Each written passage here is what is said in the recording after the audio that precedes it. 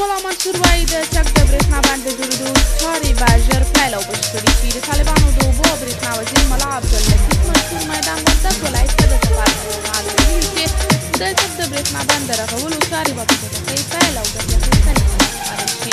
نوموړي د یاد ولایت لپاره د طالبانو له والي حافظ محمد امین احمدي سره هم وکتل او په دغه ولایت کې د اوبو او برېښنا په برخه کې څه ستونزې موجودې.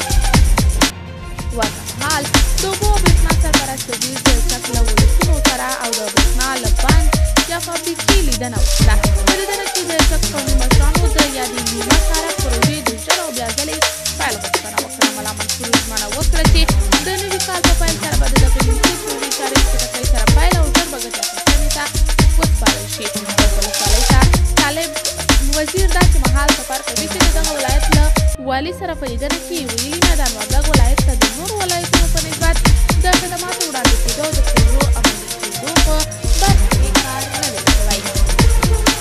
نوموړي زیاته کړې دغه ولایت ته به د ذخیروي بندونو